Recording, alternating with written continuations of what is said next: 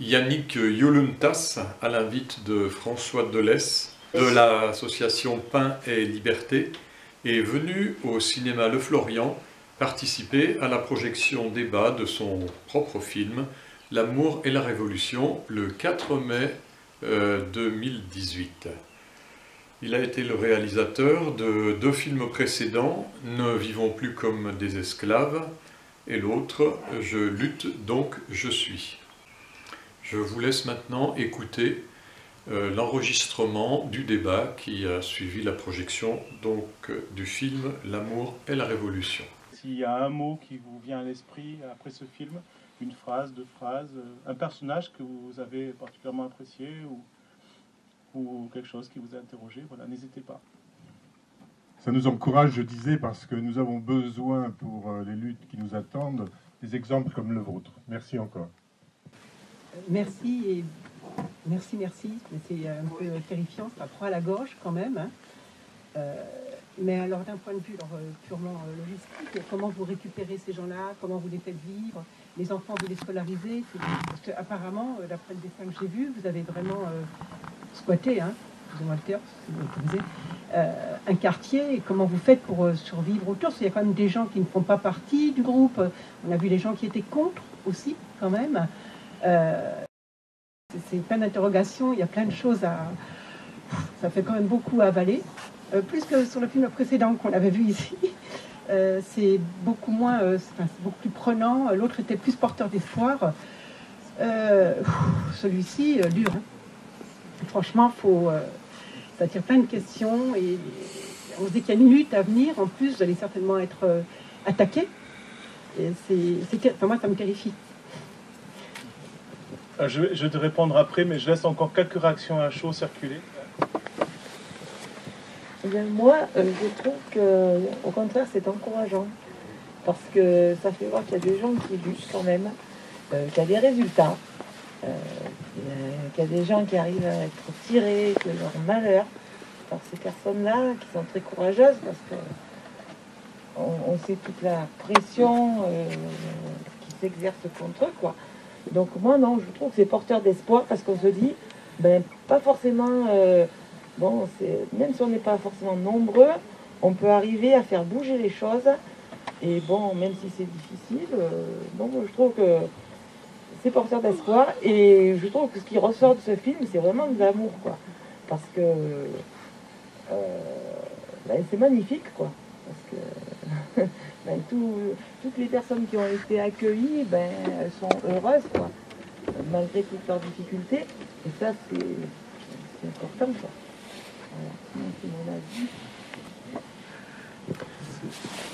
Ce qui se passe en Grèce, c'est ce qui préfigure ce qui est en train de se passer en France aussi. Et demain, à Paris, il y a le commencement d'une action.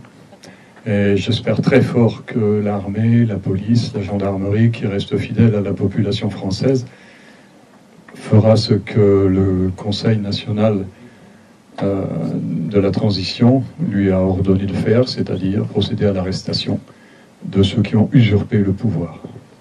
En tout cas, c'est sûr qu'il faut de l'amour de la liberté et l'amour de la paix aussi, et de la démocratie.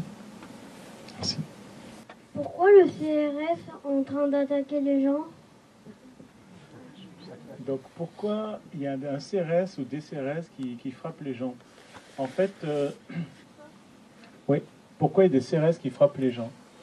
Parce que la police, son rôle, c'est de maintenir les lois, de faire respecter la loi, et que la loi, c'est-à-dire les règles, si tu veux, elles sont choisies dans notre société par ceux qui commandent, ceux qui sont au pouvoir, ceux qui décident en fait. Et donc ils décident eux-mêmes des règles qui les arrangent, et ensuite ils les font imposer, ils nous obligent à les respecter en utilisant une police qui est en fait à leur service, en fait. Voilà. Qui défend un système, un ordre social, une société qui finalement est au bénéfice des riches. Voilà. Donc ça, c'est pas très simple, donc je vais le dire encore de façon encore plus simple. Parce que, à mon avis, mais peut-être que je me trompe, hein, dans la vie, toi, il faut que tu avances en te posant des questions et en te disant que tous les gens qui te proposent des réponses, ils n'ont peut-être pas la vérité, hein, dont moi. Mais je pense que la police dans notre société est le service des riches, même pour ceux qui ne s'en rendent pas compte. Voilà. Et quand les pauvres ils descendent dans la rue, les pauvres ou les gens frappés par des circonstances difficiles, comme par exemple des gens qui viennent de l'étranger, des réfugiés qui fuient la guerre, et bien malheureusement, ils trouvent en face d'eux une police qui est au service du pouvoir, c'est-à-dire de l'argent. Voilà. Est-ce que tu comprends un tout petit peu ce que je veux dire? Ouais. C'est pas facile pour moi, tu sais, d'expliquer ça. Parce que je trouve ça tellement absurde, tellement triste, quoi, que expliquer à un enfant pourquoi des CRS frappent des ouvriers, frappent des chômeurs, frappent des précaires, frappent des rêveurs, frappent des retraités, frappent des gens qui pourraient être leur maman, leur père, leur enfant, leur fils, quoi, ou leur fille, pour moi, c'est difficile à expliquer. Je ne sais pas s'il y a d'autres personnes qui voudraient répondre à cette question. C'est pas évident, hein? De toute façon, il ne faut quand même pas que le gamin pense que c'est une généralité par ailleurs. Que c'est pas tous les CRS qui frappent les manifestants, c'est ça? Non, il ne mélange pas CRS et police. Ah d'accord, Par ok. ailleurs, hein, parce que c'est un uniforme est un autre uniforme. C'est très très délicat. Hein. La question est juste, bien sûr, elle vient d'un enfant, c'est un pile poil là où ça fait mal, mais c'est très délicat, très délicat. Parce que tout n'est pas acheté. On a connu des endroits où la police, justement, après, venait avec le peuple aussi. C'est très délicat hein, comme réponse. Je ne saurais que répondre, mais il ne faut pas qu'il fasse d'amalgame non plus. En tout cas, lors de la Révolution française, de la Commune de Paris, ça ne s'est pas passé comme ça. Durant le Front populaire, ça ne s'est pas passé comme ça. Durant la collaboration avec le nazisme aussi, il y a eu un préfet qui n'a pas refusé de collaborer, un seul préfet. Donc, je ne suis pas absolument convaincu, mais par contre, tu as raison de distinguer les CRS qui sont les policiers anti-émeutes et les policiers en général. Il y a plusieurs catégories de policiers, et peut-être que la fonction des policiers anti-émeutes est beaucoup plus que les autres de frapper les manifestants, évidemment, quoi. Évidemment. Ah, d'accord, tu fais des gestes, on a compris, d'accord. Oui, ils sont des hommes aussi, donc en fait ils le font parce qu'ils en ont reçu l'ordre et qu'ils ont pour habitude et pour conviction d'exécuter les ordres qu'on leur donne. Donc effectivement, c'est pas des méchants par rapport à des gentils, ce sont des gens qui effectivement exécutent des ordres, et puis voilà. Ouais, mais quand les ordres sont méchants. Bon, on va pas faire un grand débat là-dessus. Et des hommes, qu'est-ce qu'un homme? Est-ce que c'est un homme, est-ce que c'est quelqu'un qui obéit à tout? Ou est-ce que ce contraire, c'est être pleinement humain, c'est désobéir? Une grande question. Là, on est rentré à la philo de plein pied avec cet enfant.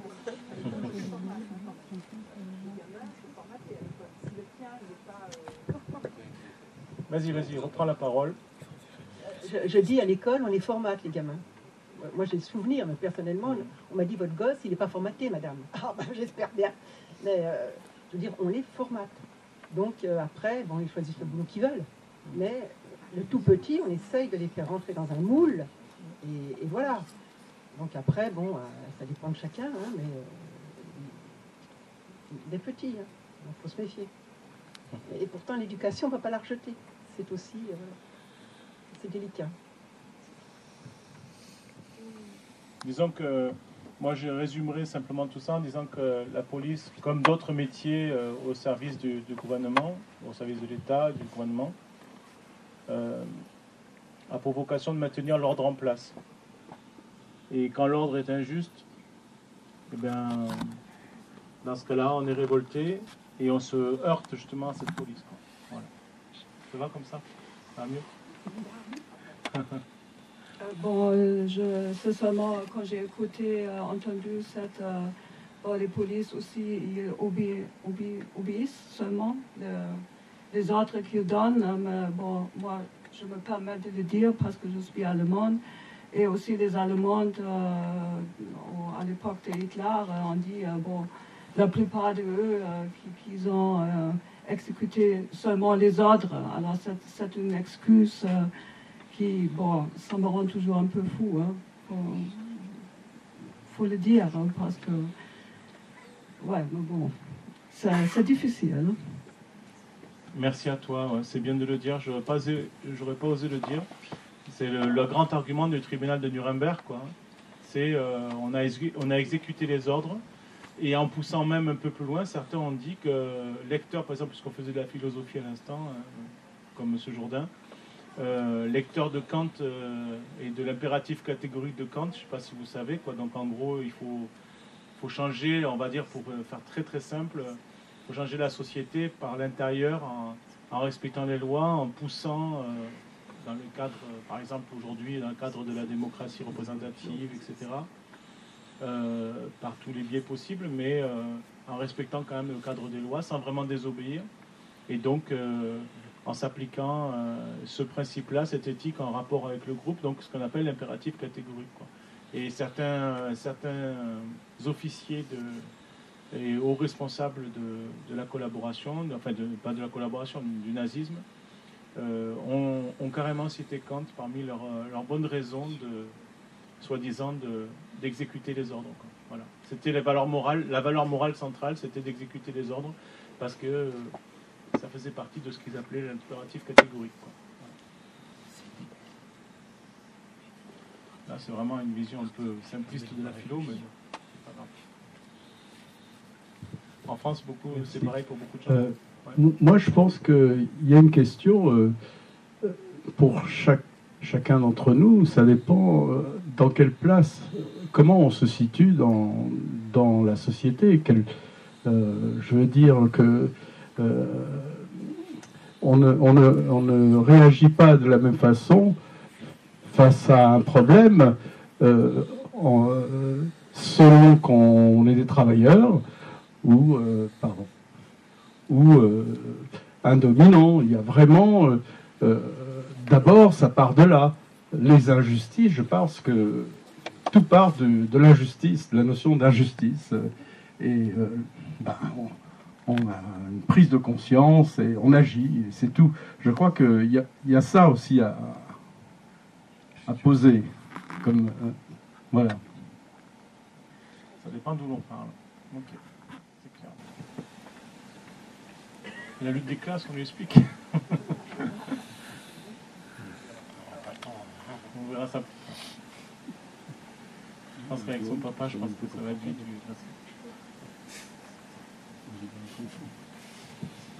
Je pense aussi que pour qu'un CRS soit dédouané de son action, qu'il ne considère pas son action comme méchante, il faut transformer son objectif, ses victimes, comme des sous-hommes. Ce ne sont plus des hommes, on les qualifie, on a vu de juifs, de black bloc, d'étrangers, on leur colle une étiquette qui les sous-humanise. C'est ça qui leur permet de dormir tranquillement la nuit, je pense.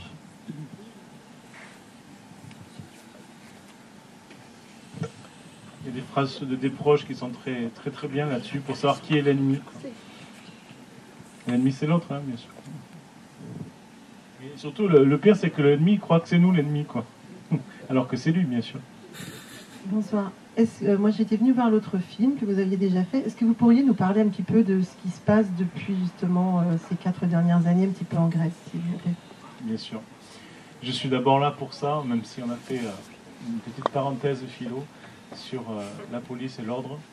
En fait, et l'obéissance. En fait, depuis 4 ans, depuis 3 ans plutôt, depuis 2015, il s'est passé évidemment d'abord la capitulation de Tsipras, qu'on avait évoqué quand même au début du film précédent, avec une chanson qui s'appelle Sous les cendres, la Bresse brûle encore, avec quelques images de cette victoire et de cette capitulation. Et en fait, il faut savoir que ça a provoqué quand même un coup de chloroforme sur les luttes en Grèce pendant à peu près 1 an qui ont suivi la capitulation. Le mouvement social, pour une grande partie, était en état de choc.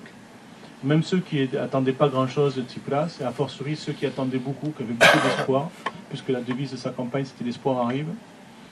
après 6 mois d'observation de janvier à juillet 2015, je dois dire que ça a duré à peu près jusqu'à l'automne 2016 à peu près.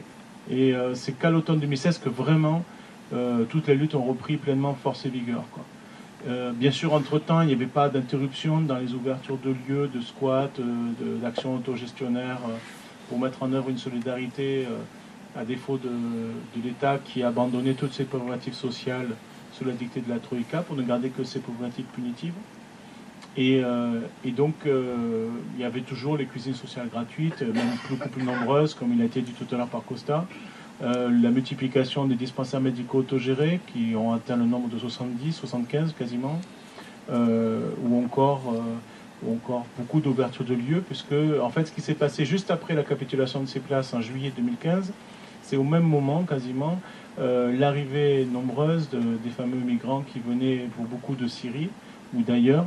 Et donc jusqu'à mars 2016, jusqu'à l'accord Union européenne-Turquie qui a bloqué les frontières, qui a bloqué ces migrants en Grèce et qui a ensuite transformé les hotspots en camps de rétention puis en camps de détention, avec ce que vous avez entendu dire par David sur les conditions de détention. En fait, la grande préoccupation du mouvement social durant cette période que je viens d'évoquer, jusqu'à, on va dire, à l'automne 2016, ça a été d'accueillir ces réfugiés, ces migrants en grand nombre qui progressivement étaient bloqués en Grèce après les premiers passages rapides, quoi. Donc en fait, c'est surtout ça qui a été l'actualité, c'était le premier sujet de conversation en Grèce. Il faut comprendre que la Grèce, c'est quand même une terre un peu particulière, puisque c'est une terre de migration et d'immigration. Déjà, la Grèce, c'est un pays qui est à cheval sur plusieurs continents, du fait de ses îles.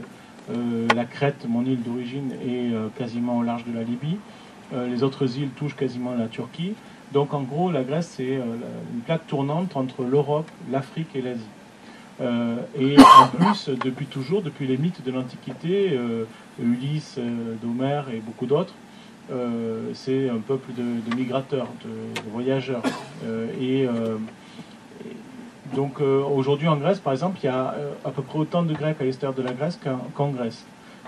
Tout le monde a quelqu'un dans sa famille qui vit à l'étranger, qui par exemple subit le racisme en Allemagne, en Angleterre, aux États-Unis, au Canada ou en Australie, par exemple. Donc du coup, le rapport aux migrants en Grèce est un peu particulier. Il y a à la fois ces militants néo-nazis de Aube Dorée qui sont très très violents, mais qui sont quand même 3 fois moins nombreux que les extrêmes droites en France quand même.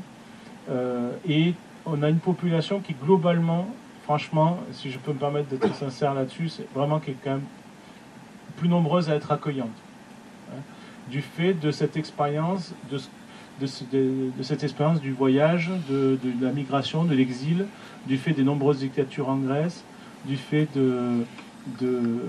des ingérences extérieures, des périodes d'occupation, 400 ans d'Empire ottoman aussi, etc. Bref, la question de la migration n'est pas abordée tout à fait de la même façon que dans une population plus sédentaire comme la France. Même si la France est un pays très métissé, en réalité, on le sait bien, c'est quand même un territoire que beaucoup de gens n'ont pas voulu quitter à nombreuses reprises, malgré des opportunités de colonisation ailleurs dans le monde. À part en Algérie, les Français sont allés peu ailleurs. Ils sont allés peu nombreux au Québec, par exemple, lors de la colonie qui était la Louisiane, quand c'était la Grande Louisiane, ou d'autres régions du monde. Les Français se sont beaucoup moins déplacés que, par exemple, les Irlandais qui subissaient des crises de famine terribles, la crise de la patate dans les années 1830, etc. Donc, les Grecs, ils ont un autre rapport, ils sont beaucoup moins sédentaires, ils sont beaucoup plus migrants, immigrés ou émigrés. Et donc, du coup, ça a été un moment de forte remise en question. Au moment où on recevait un coup sur la nuque, avec donc une nouvelle offensive du durcissement du capitalisme via les politiques imposées par l'Union européenne. On avait au même moment un miroir en quelque sorte à travers l'arrivée de ces réfugiés qui globalement nous posaient la question mais qu'est-ce qu'on peut faire pour eux?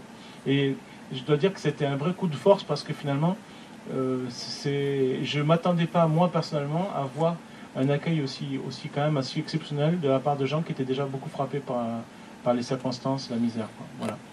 Donc j'ai trouvé que c'était quelque chose d'assez fort et même ce que je vois aussi en France, même dans les Alpes-Maritimes, etc., ce qui se passe en ce moment, vous savez qu'il y a la marche des migrants en ce moment, avec la Roya citoyenne, etc. moi, ça me fait penser à un nouvel internationalisme aussi, tout ça. Parce qu'en fait, en Grèce, il y a actuellement de plus en plus cette idée qu'on est non seulement une plaque tournante entre trois continents, non seulement au carrefour des luttes, non seulement à la ligne de front du durcissement du capitalisme en Europe, hein, puisque c'est un laboratoire, en fait, la Grèce, de ce qui est en train de vous arriver, vous l'avez bien compris, quoi. Mais aussi, pour nous, un laboratoire peut-être aussi non seulement du pire, mais aussi du meilleur, en ce sens qu'on expérimente des relations internationales entre les mouvements sociaux, avec l'arrivée de gens qui sont quelquefois déjà politisés ou qui le deviennent, même si ce n'est pas le cas de tout le monde, comme vous l'a dit Mimi, il y a des gens qui restent dans leur canapé, quelle que soit leur origine. Hein. Et il y a aussi ces solidaires qui arrivent de l'Ouest et du Nord, notamment avec ces convois solidaires, mais aussi d'autres formes. Il y a plein de gens qui vont en Grèce pour essayer de comprendre ce qui s'y passe et pour essayer de participer. Et ça, c'est quelque chose d'assez fort, quoi. Voilà. Donc, je dirais que la dernière étape qu'on a connue en Grèce, c'est ça. C'est une rencontre internationale sur ce territoire, sur cette terre qui a quand même une sacrée histoire. Et il y a peut-être quelque chose de nouveau qui est en train de naître là-bas. C'est peut-être un des berceaux, bien sûr un seul, hein, un petit berceau parmi d'autres, d'un autre monde qu'on appelle de nos voeux, parmi le Chiapas, le Rojava, la ZAD de Notre-Dame-des-Landes, d'autres ZAD, et plein d'autres initiatives quelquefois, mais qui ne sont pas forcément sur des territoires, même si pour l'utopie, le grand problème de l'utopie, vous le connaissez, c'est de trouver le topos. Le topos, ça veut dire le lieu, donner un lieu à l'utopie. Hein, voilà. Et donc c'est pour ça que quand vous avez dit tout à l'heure, vous avez parlé d'Exarchia, et je n'ai pas vraiment répondu par rapport à la menace, je peux le dire maintenant, oui, menace il y a, mais vous inquiétez pas trop pour ce quartier, parce que c'est un quartier qui a toujours été un lieu de lutte majeur depuis sa naissance, depuis son développement. Donc j'y reviendrai si vous voulez un peu plus tard, mais disons que la dernière fois qu'un pouvoir a essayé de faire tomber Exarchia, c'est le pouvoir lui-même qui est tombé. C'était la dictature des colonels.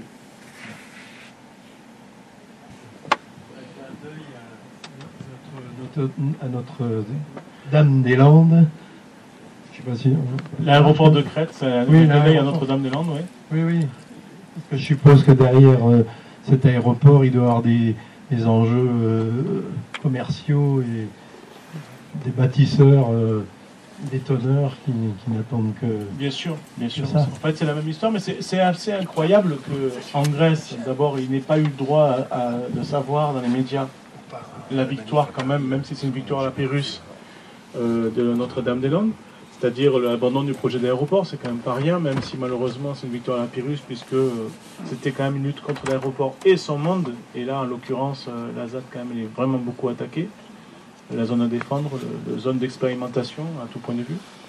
Et de votre côté, c'est quand même assez incroyable que les médias en France ne vous aient même pas dit qu'il existait un deuxième Notre-Dame-des-Landes à l'autre bout de l'Europe, exactement en tout point similaire, quoi. Bon, après, il s'agit pas de bocage, il s'agit d'oliviers. Bon, en Grèce, les bocages, vous savez, en Crète, il faut les chercher, quoi. Voilà, c'est les oliviers, donc 200 000 oliviers. Mais voilà, sinon c'est exactement la même chose. Pour vous résumer la situation que vous avez bien compris dans le film, en fait, ça coûte 5, même en réalité 10 fois plus cher de faire l'aéroport là où ils ont prévu de le faire, par rapport à créer une piste supplémentaire, si vraiment c'était nécessaire, qui pourrait être plus longue grâce à quelques rochers sur la mer, tout simplement. Ça coûte beaucoup moins cher. Les installations sont déjà là autour, les voies de communication, le port juste à côté, etc. Mais de qui se moque au-t-on ? Mais c'est la croissance, vous comprenez ? Et la croissance, ce sont nos emplois. Et donc, travailler plus pour gagner plus, et donc plus de consommation, et donc plus de bonheur. Et que, comme tout le monde le sait, le bonheur passe par la consommation. Hein, on est tous d'accord là-dessus, je suppose. Hein, voilà. Donc en fait, oui, on n'en parle pas, et on reste chacun dans son coin par rapport à ça. Donc, l'internationalisation de la lutte, c'est aussi transmettre de l'information, de la contre-information, du point de vue des gens qui luttent, des gens qui résistent, des gens qui n'acceptent pas leur sort, quoi. C'est un peu ce qu'on fait avec ces films, de vous transmettre une information vue de l'autre côté, de mouvement social à mouvement social, puisque vous savez que nos films, on ne les conçoit pas en petits groupes, on les conçoit avec de nombreuses assemblées, réunions, avec les membres des luttes sur place, et ce sont des personnes parmi d'autres qui interviennent dans nos films pour en parler, quoi. Voilà. Des gens qui veulent bien apparaître à l'écran, déjà, parce que c'est pas simple de paraître à l'écran. Vous savez, les migrants, ils prennent un risque quand même pour parler à l'écran, hein, parce que ces films, ils tournent beaucoup en Grèce aussi, hein. Ils sont encore plus vus en Grèce qu'en France, souvent. Donc, pour atteindre la population, j'entends. Donc, parler en public, quand on est engagé dans des luttes ou quand on est migrant, voilà. Donc oui, l'aéroport... en fait, je vais vous dire une chose. Là, on part à nouveau en convoi dans quelques jours, en convoi vers la Grèce. Ça sera le 2e grand convoi vers la Grèce.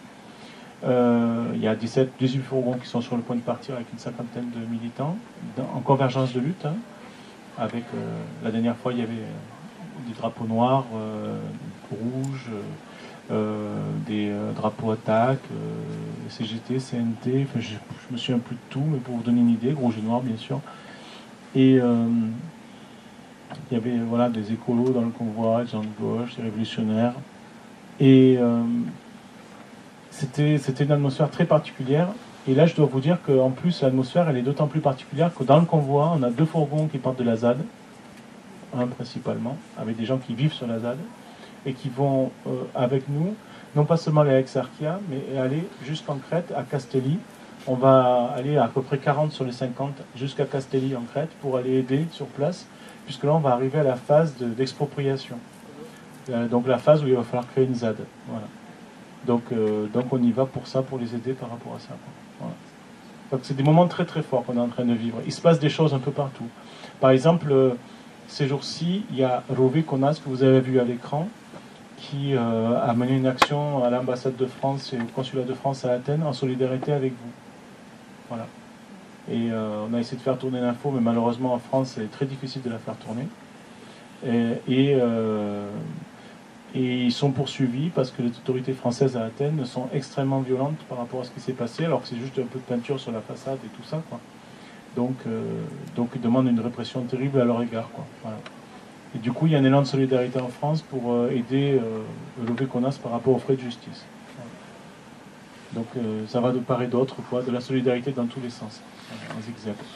Vous avez vu les énormes soutiens de la ZAD, par exemple, venus du monde entier. Voilà, c'est un petit peu ça qu'on est en train de vivre en ce moment et ça me semble très intéressant, très prometteur.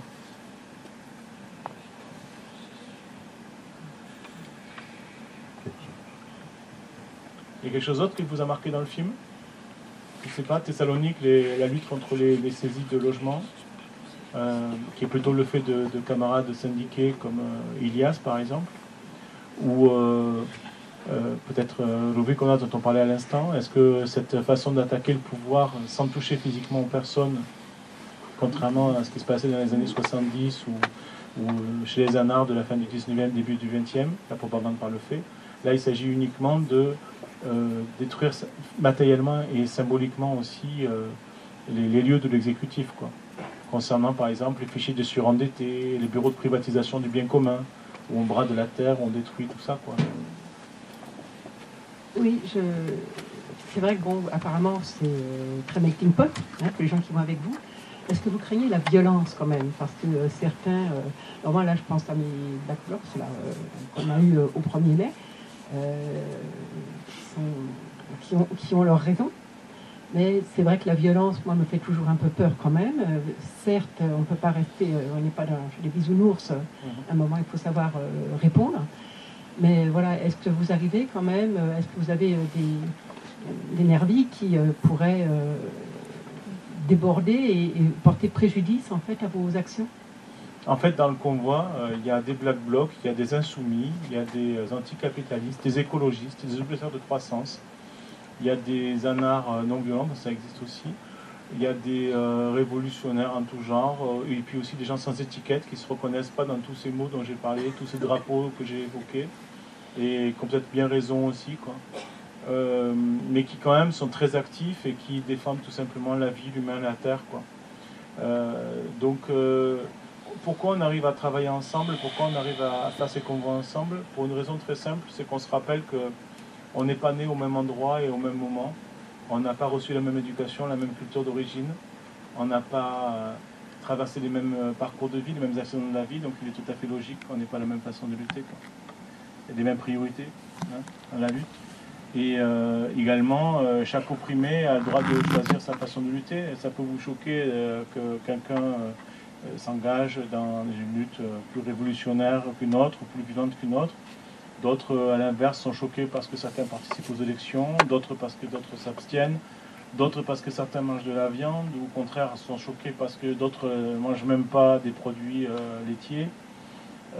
Voilà, on excommunie très facilement les uns ou les autres, on est très facilement mal à l'aise, et même complotiste à l'intérieur même du mouvement social, à l'égard de ceux qui sont un peu différents de nous, quoi. Dans tous les sens, hein, je n'insiste pas sur les uns ni sur les autres, c'est dans tous les sens réciproquement. Par exemple, quelquefois les écolos non violents, un peu considérés comme babacool, quoi, sont décriés comme inutiles au mouvement social, etc. Et à l'inverse, des gens qui vont être plus dans une forme de mouvement de gauche productiviste ou mouvement révolutionnaire assez vif, voilà, dans le même sens, vont éventuellement subir éventuellement les mêmes griefs, quoi. C'est pas seulement dans un ping-pong, hein, c'est dans tous les sens que ça se passe. Voilà, alors qu'on a besoin de tout le monde, quoi. Et qu'il y a plein de façons de lutter et d'essayer de proposer autre chose. C'est-à-dire le mot révolution, c'est la même chose pour le mot révolution. On a des gens qui parlent de révolution sociale dans la salle, on a des révolutionnaires qui vont parler de révolution libertaire, d'autres de révolution citoyenne, d'autres de révolution personnelle. Est-ce qu'il faut vraiment opposer la révolution, par exemple la révolution personnelle et la révolution sociale? La révolution personnelle, est-ce qu'il faut attendre le grand soir ou le grand matin pour se remettre en question personnellement? Et en même temps, peut-on espérer de changer le monde uniquement en se changeant soi-même, uniquement par l'exemple, comme le disait Gandhi? Peut-être qu'il faut un peu de tout, il faut aussi s'organiser pour lutter. Donc peut-être qu'il ne faut pas autant opposer qu'on le fait ces choses-là entre elles. Et puis enfin, il y a un dernier point par rapport à tout ça, tu sais, par rapport à ce problème que tu évoques de notre diversité. C'est que nous, on est même rappelé dans ces convois, dans ces rendez-vous, que l'uniformité, c'est l'objectif du pouvoir, à travers la massification de la culture, de l'éducation, de l'information, de l'opinion, à travers les modèles par lesquels on est bombardé, quoi, un peu partout, à travers la multiplication des écrans dans nos vies, on est forcément beaucoup plus sujet à des modèles qui interviennent partout, à travers les propositions de consommation et aussi la façon dont on est informé. Et au bout du compte, il y a pire encore, c'est carrément le fantasme de l'uniformité par les fascistes qui, carrément, eux, demandent une seule couleur de peau, une seule religion, une seule orientation sexuelle, ou encore une seule façon de vivre en général, quoi. Donc, qu'est-ce que nous, on propose? Rappelons-nous quand même que nous proposons, nous, au contraire, la diversité en tant que droit, en tant que droit de chacun à disposer de lui-même, mais aussi en tant que richesse. Donc, le premier des endroits où il faut le montrer, c'est quand même le mouvement social, quoi.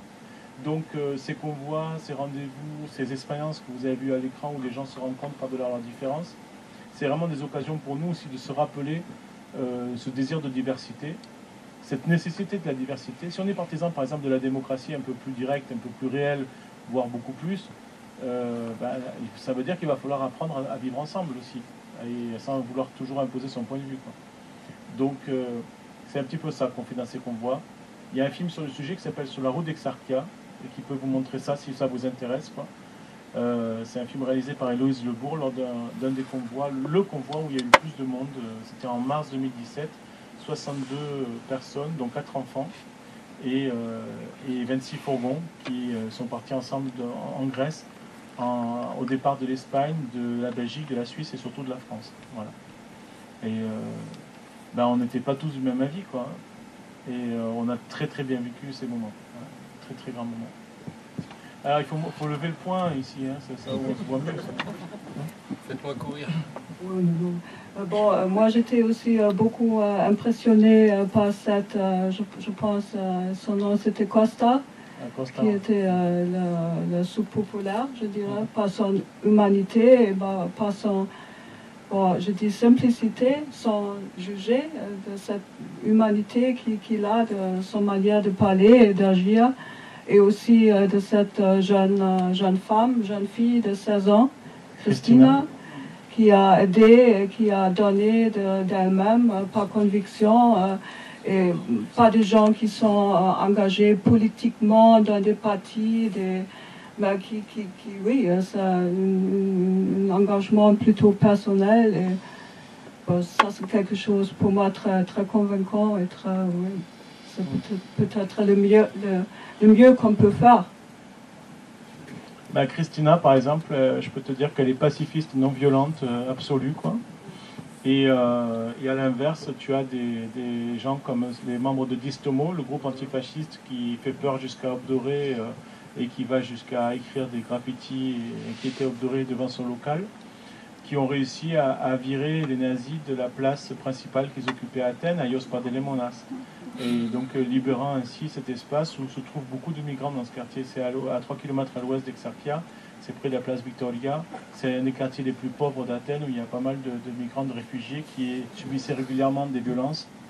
Donc tu vois, les deux, ils font des choses les uns et les autres très importantes. Bien sûr. Et je ne pense pas que Christina aurait pu virer même 1000 Christina n'auraient peut-être pas pu virer les nazis de ce quartier et voisin d'Exarchia.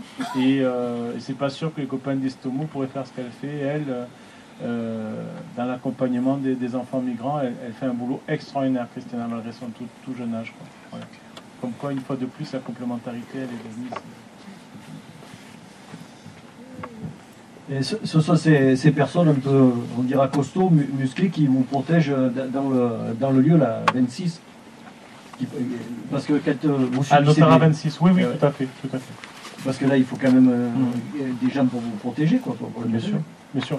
Mais en fait, comme on est dans le quartier d'Exarchia, Notara, même si c'est un des endroits d'Exarchia les moins protégés, c'est quand même Exarchia. Et ce quartier, c'est un quartier d'autodéfense populaire, quoi. C'est un quartier qui ne se laisse pas faire, et donc du coup, les squats qui sont dans ce quartier, les migrants, les réfugiés, comme je vous l'ai montré dans le film Ne vivons plus comme des esclaves, le premier des trois, c'était en 2013, il y avait des migrants qui parlaient, enfin des migrants beaucoup moins nombreux à l'époque, mais qui parlaient du fait qu'ils venaient régulièrement à Exarchia pour se mettre en sécurité. Voilà. C'était un endroit où ils étaient tranquilles, où c'est au contraire les fascistes qui avaient peur de rentrer. Voilà. C'est vraiment une atmosphère très particulière. Vous voulez en savoir plus sur Exarchia? C'est quelque chose qui vous intéresse? Ouais. Vous me dites sinon, vous me dites non, on passe à autre chose. Alors en fait, Exarchia, c'est un quartier qui est né du fait de la reconstruction d'Athènes. En fait, en Grèce, on a connu 400 ans d'Empire ottoman, du 15e au 19e siècle, durant lesquels, en fait, Athènes, parce qu'elle représentait un mythe politique et symbolique extrêmement fort, a été quand même contenu à 10-15 000 habitants, c'est-à-dire 10 fois moins d'habitants que dans l'Antiquité, quoi. Hein, même beaucoup plus, même. Il y a eu 150 000, il y a eu jusqu'à 300 000, en comptant tout le monde, bien sûr. Et à l'indépendance de la Grèce, vers 1830, même si c'était une indépendance relative, hein, c'était le roi Othon qui avait été imposé par les grandes capitales européennes, l'héritier de Bavière, du trône de Bavière, qui a été imposé au sommet de la Grèce de 1832 à 1862.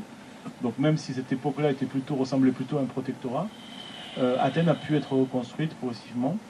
Et donc c'est une colline qui était tout près de cette petite Athènes de 10-15 000 habitants, qui a servi à la reconstruction en tant que carrière. Et c'est la colline sur laquelle se trouve aujourd'hui Exarchia. Ça s'appelle la colline de Stéléphi. Donc ça a d'abord été une carrière pour reconstruire le centre d'Athènes pendant à peu près 15-20 ans. Et comme c'était quand même finalement assez près du centre d'Athènes, c'est simplement à peu près à 5 jets de cocktail Molotov. C'est l'unité de mesure là-bas, hein, donc c'est comme ça qu'on...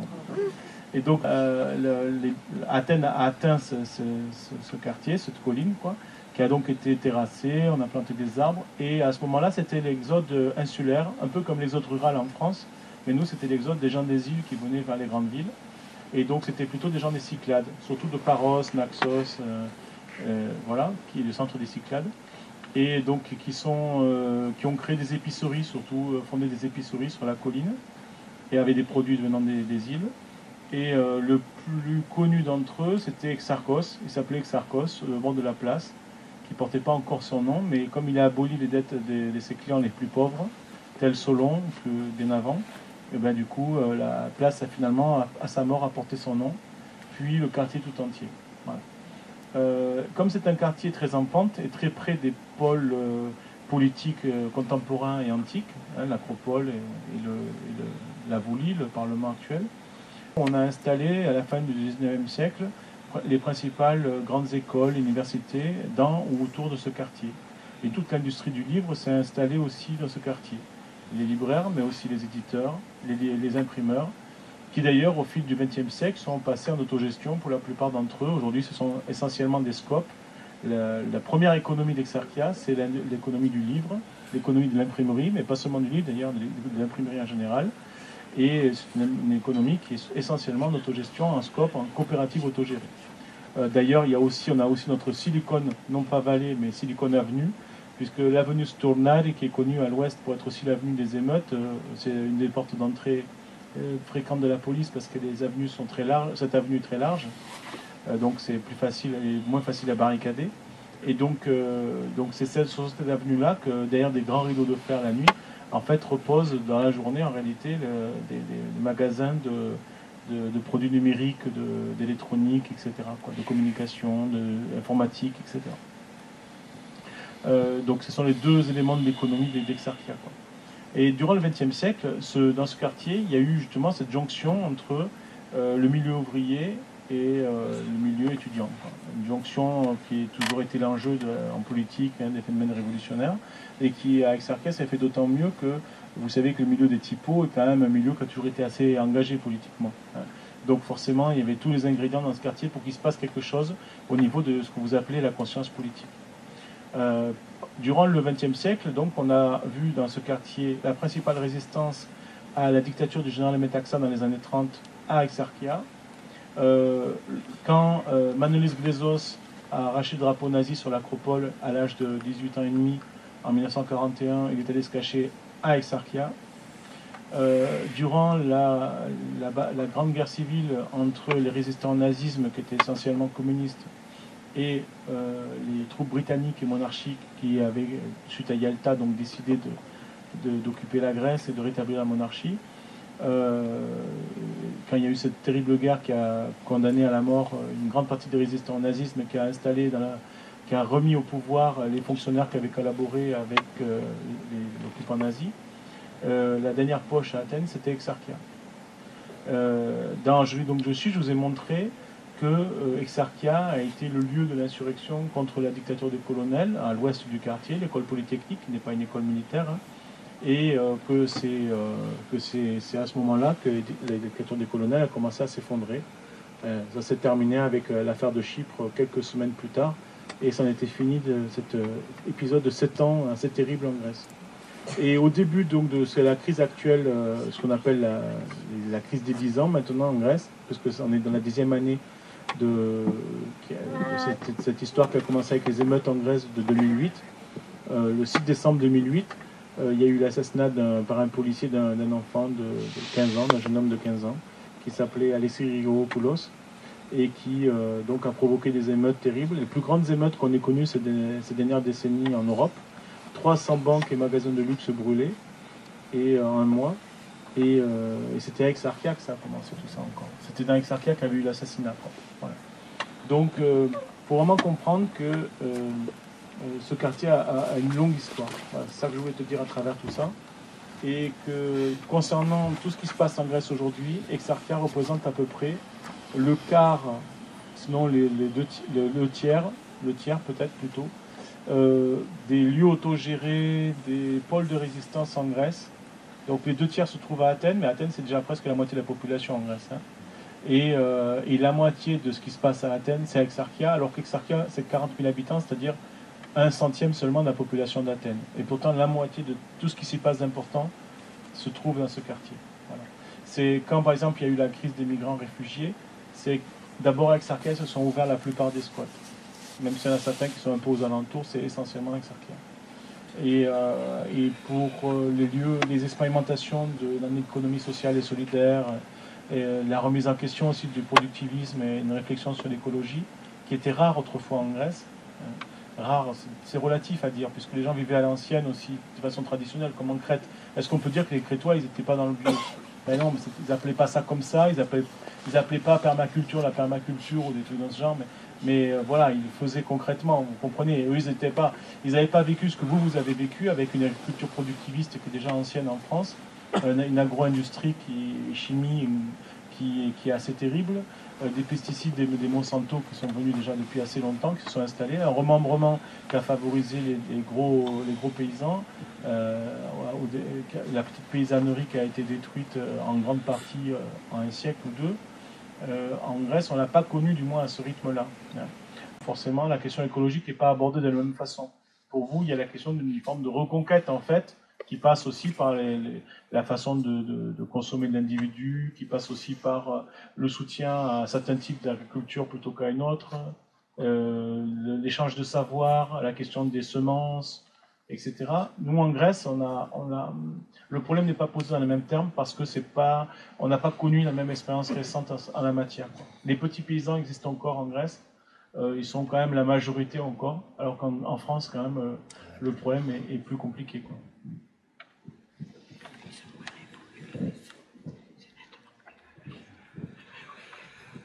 Je me mets à votre niveau, si vous voulez, je me lève. Hein. Moi, j'aime pas trop être au-dessus des autres. C'est pas grave. C'est pas grave, maître. Nous restons à vos pieds. Justement, surtout pas, merci. Mais quelle est la Exercias, ça va. Vous accueillez combien de migrants? Est-ce que ça continue à grossir? Et vous voulez faire quoi? Parce que les enfants que vous accueillez, grâce à la jeune fille, il y a une sorte d'éducation, d'école. Est-ce qu'il y a quelque chose qui se met en place? Et le but ultime, c'est quoi? Parce que les migrants qui viennent ne voulaient pas tous spécialement rester en Grèce. Quelle est la finalité après? D'abord, il n'y a pas tant de migrants qui viennent. Hein. En Europe, aujourd'hui, les frontières de l'Europe forteresse ont été quand même assez verrouillées. Donc les passages sont moins nombreux, on va dire. On essaie d'exfiltrer les gens qui sont dans ces camps, comme David. Donc il y a aussi ça, tout simplement sauver la vie, hein, éviter l'humiliation à ces personnes, leur proposer autre chose. Ce qu'on a obtenu en Grèce, c'est quand même que les enfants puissent aller à l'école. Donc ça a été une lutte assez âpre. On a réussi à obtenir ça en fin d'année 2015. C'était un peu la contrepartie de cette terrible défaite qu'ont ressenti certains. Et par contre, il faut quand même un accompagnement scolaire, comme le fait Christina, pour arriver à compenser tout le reste. Il y a des enfants orphelins aussi. Et vous savez, c'est un peu comme les mineurs isolés en France, les mineurs migrants isolés de 15 ans la plupart du temps, alors que la loi l'exige, eh ben, ils ne sont pas du tout accompagnés en France. Hein.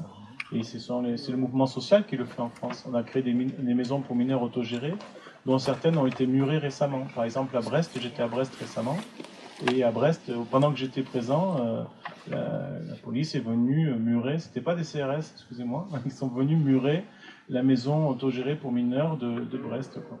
Et donc, moi, j'ai accompagné, on a amené ces mineurs à la fac, et on les a fait dormir à la fac qui était occupée. Ça a créé une jonction entre les ouvriers qui étaient avec moi, les syndicalistes, les migrants, et presque tous mineurs, hein, 25 dont 20 mineurs, et ces étudiants qui bloquaient, quoi, la fac de Brest. Quoi. Vous imaginez un peu l'atmosphère qu'on pouvait avoir à ce moment-là, quoi. Donc en Grèce, c'est un peu pareil, quoi. On accompagne des enfants qui ne sont pas du tout pris en charge. Daouda, par exemple, ça fait 2 fois qu'il est débouté, alors que quand même ses parents ont été assassinés par la guerre civile, quoi. Et qu'il est arrivé en Grèce à l'âge de 15 ans, quoi.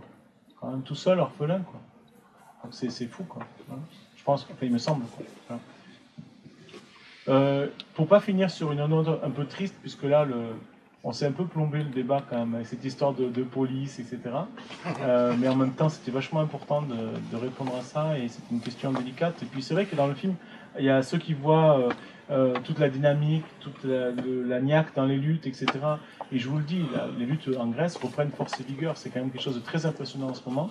Je pense que ce que fait Rovikonas, par exemple, est exemplaire de la façon dont on veut reprendre un peu nos affaires en main et pas se laisser faire. Et en même temps, pour vous, notamment ceux qui ont beaucoup espéré, par exemple, à l'épisode de Syriza Tsipras, on peut comprendre aussi que pour vous, c'est l'après, quoi. Et du coup, vous avez peut-être pas fait le deuil aussi, pardon de le dire comme ça, hein, mais de quelque chose auquel vous avez beaucoup espéré la dernière fois. Déjà, c'était pas facile, et là, aujourd'hui, les années passent, et vous vous demandez ce qui va se passer aussi ailleurs, peut-être. Hein, voilà. Et donc, évidemment, l'histoire n'est pas écrite, on ne sait pas exactement ce qui se passera ici ou là. Donc, moi, ce que je voulais vous dire quand même en conclusion, c'est que actuellement, en Grèce, on a tout essayé. On a essayé les émeutes, on va dire, pourquoi pas, parlons de ça. Les émeutes, en décembre 2008, on les a connues comme nulle part ailleurs en Europe, nulle part ailleurs. C'était impressionnant. On est passé tout près de l'insurrection sociale, hein, de la révolution.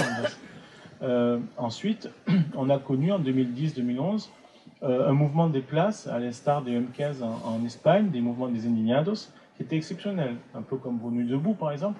C'était un moment durant lequel il y avait des assemblées partout dans les rues et où on expérimentait la démocratie directe de façon très réussie, avec des consensus de plusieurs milliers de personnes. Hein. Ensuite, on a, dans l'année 2012 en particulier, surtout en octobre 2012, on a connu plein de grèves générales. Sans arrêt, on faisait des grèves générales, ça n'a rien donné non plus, mais on a expérimenté ça. On sait qu'on peut le faire, on sait comment faire. En 2013, c'est le moment où vraiment, on a vraiment commencé à casser à fond la sécurité sociale en Grèce, etc. C'est bientôt pour vous, hein, vous inquiétez pas, ça va pas tarder. Et donc, bah oui, ça a tout un temps en chemin là. Et donc nous, c'est 30% des Grecs aujourd'hui qui n'ont plus de couverture maladie, par exemple. Et donc à ce moment-là, on a vraiment vu pousser comme des champignons les dispensaires médicaux autogérés et d'autres formes d'autogestion visant à suppléer, à compenser tout ce que l'État a abandonné sous la dictée de la Troïka en matière de prérogatives sociales. Nous, on le reprenait au sol, à terre, un peu comme le disait Durruti dans ses grandes phrases à ce sujet, pour nous organiser nous-mêmes un peu au sens du mouvement ouvrier du 19e siècle, qui était plutôt mutualiste, qui s'inspirait des canuts, etc., et qui avait ses caisses de grève, caisses de solidarité, caisses de retraite, autogérées dans le mouvement social. Un peu comme l'était au début la Sécu aussi, qui était beaucoup plus autogestionnaire, et qui, se bureaucratisant un petit peu, finalement, a laissé le pouvoir, via l'État, détricoter la chose, et c'est comme ça qu'aujourd'hui, progressivement, on est en train de voir fondre au soleil de belles idées qui finalement ont dérivé du fait qu'on en avait perdu le contrôle, quoi, tout simplement. Et donc en Grèce, finalement, on reprend un peu le contrôle de ces choses-là, même si c'est beaucoup plus difficile, j'en conviens. Et il y avait une question tout à l'heure qui était abordée, c'était comment on fait pour arriver à les financer, ces choses-là. Ben, c'est pour ça que je l'ai gardé pour la fin, parce qu'en fait, en rentrant dans cette salle ce soir, vous avez payé une entrée, et sur cette entrée, vous avez une taxe pour le CNC, ça va au CNC la taxe principale, hein. Donc le CNC, Centre National du Cinéma, après ça sert pour faire plein de choses, etc.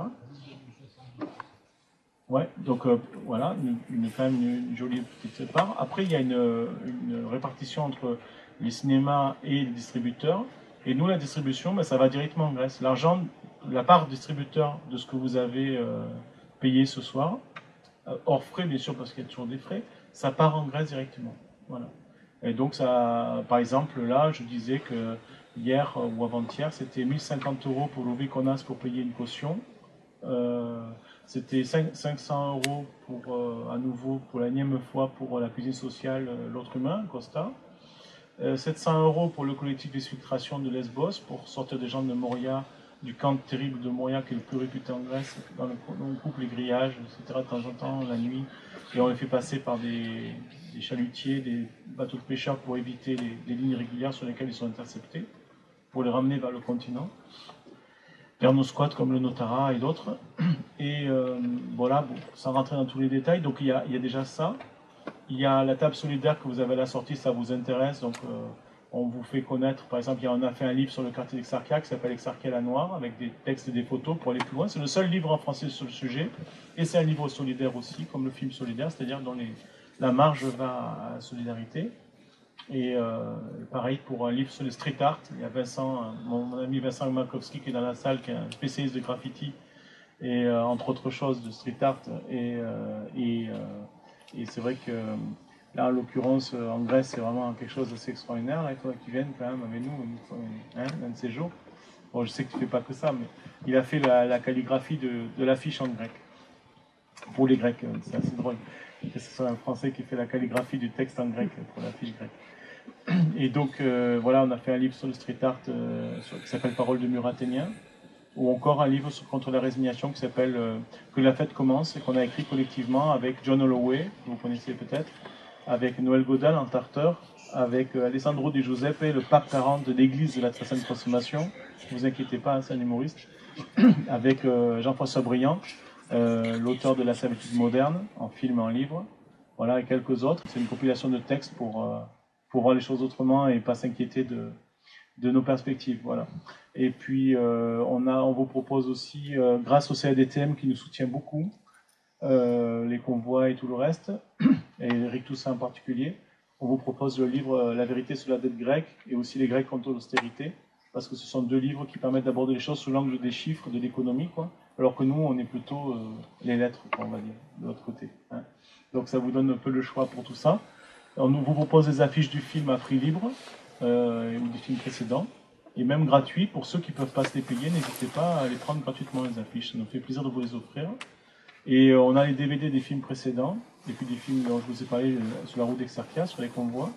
Mais en fait, nos films, les films précédents, quoi, ils sont gratuits sur Internet, parce qu'on est nos propres pirates. Voilà. Et nous, ça nous fait plaisir de vous permettre de les avoir gratuitement, d'y accéder gratuitement. Là, vous les avez juste pour pouvoir avoir l'objet film, quoi. Un DVD à 10 € au lieu de 20 d'habitude, ailleurs pour les autres DVD, quoi.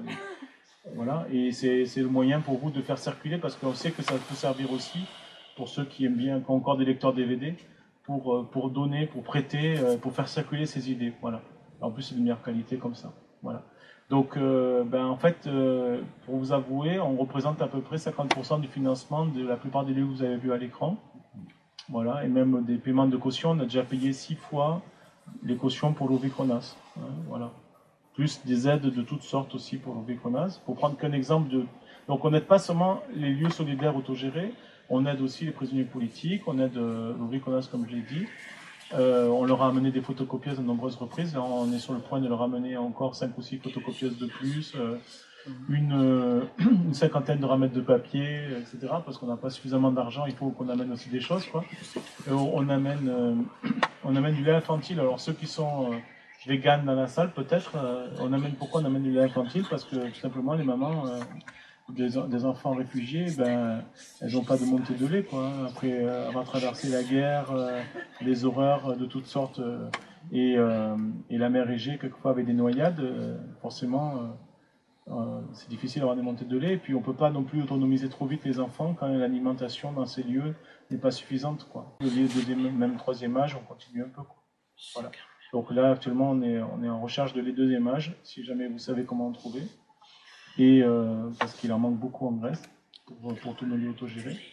Et puis, on refait l'électricité, il y a des électriciens, des plombiers qui viennent avec nous dans les convois, et des sages-femmes. Là, dans ce convoi, il y a 2 sages-femmes, des infirmiers. Sur les 50 personnes, il y a des plombiers, électriciens qui viennent pour éviter d'avoir des accidents dans ces lieux, quoi, voilà, comme du savoir-faire, qui viennent avec du câble de 1,5, 2,5 et plein de matos, voilà. Parmi les 18 fourgons qui partent, on a certains fourgons qui sont bien équipés, voilà. On n'amène pas des choses extraordinaires, mais juste ce qu'il faut pour aider, soutenir, quoi.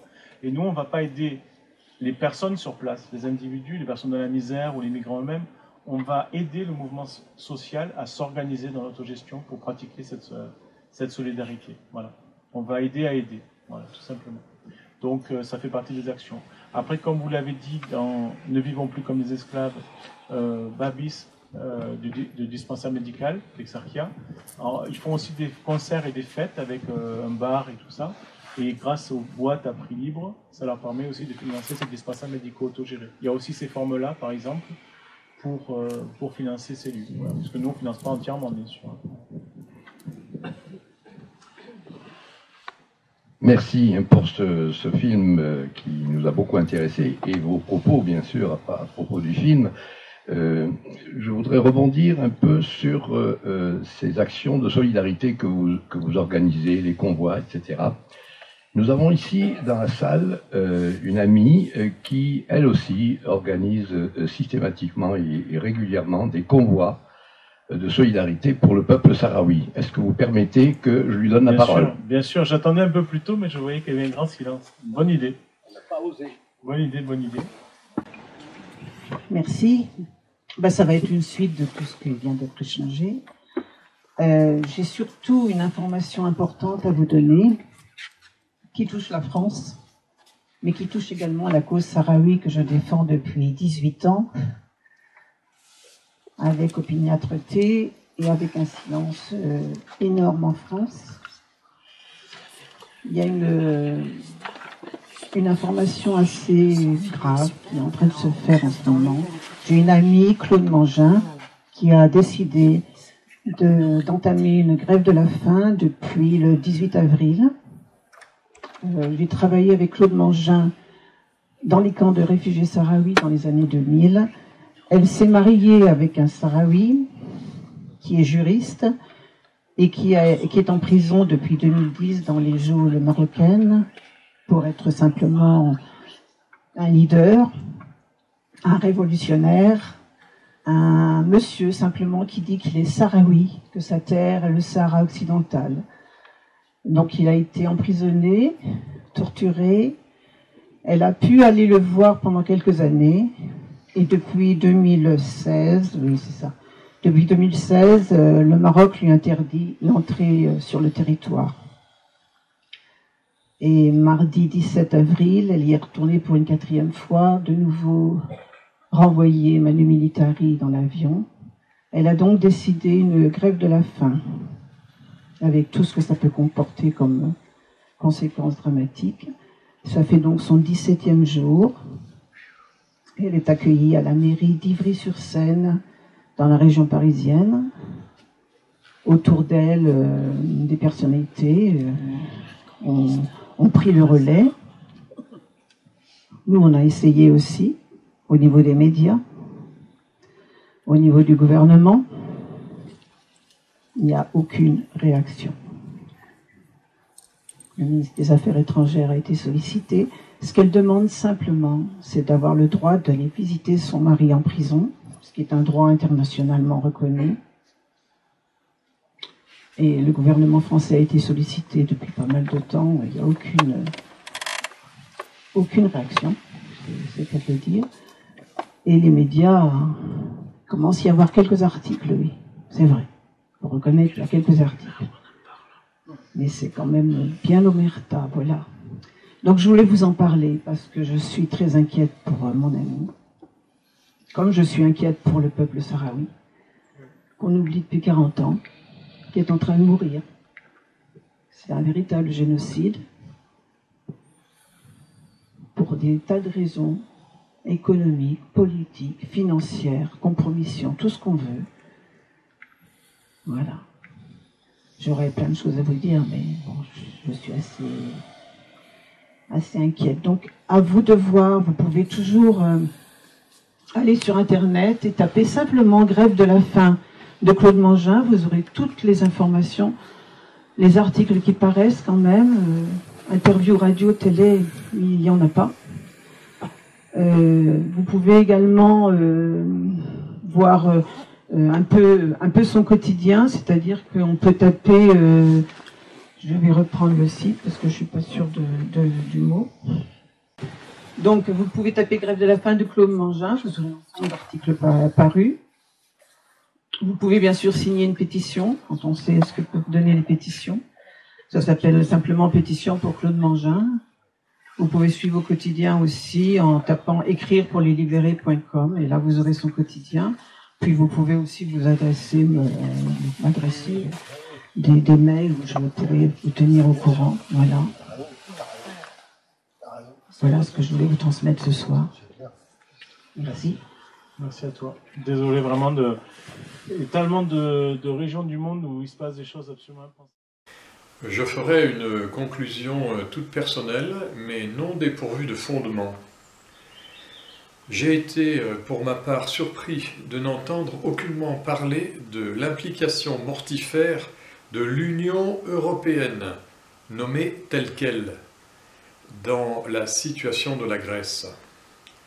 On a parlé de la Troïka, qui recouvre tout de même 2 institutions européistes, la BCE, Banque Centrale Européenne, et la Commission Européenne, dont les dirigeants n'ont été élus par personne. Nous avons, lors de la présidentielle française, été alertés sur la nature de l'Union européenne et de ses corollaires, l'euro et l'OTAN, par un soi-disant petit candidat, vite écarté de toute diffusion médiatique après le 8 mai 2017, et dont le projet était et reste l'établissement d'une démocratie réelle en France, avec un casier judiciaire vierge pour être éligible, l'impossibilité de faire carrière en politique, pas de cumul des mandats, le référendum d'initiative populaire, la restauration des services publics à la française, le maintien des acquis sociaux, le retour à une monnaie nationale adaptée à notre économie, et enfin, et surtout, notre indépendance.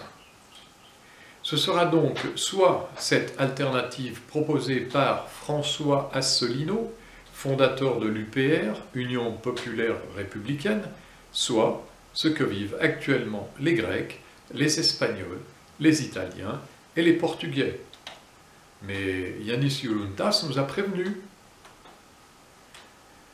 La France, en conclusion, n'existe plus que par son nom. Et c'est pourquoi Macron ne représente rien. Et c'est pourquoi nous ne valons rien. Sur l'échiquier européiste, bien entendu. L'échiquier européiste qui tente, avec la promotion médiatique de Philippot, après celle de Le Pen et de Mélenchon, de couler l'UPR par assimilation à l'extrême droite. Alea jacta est.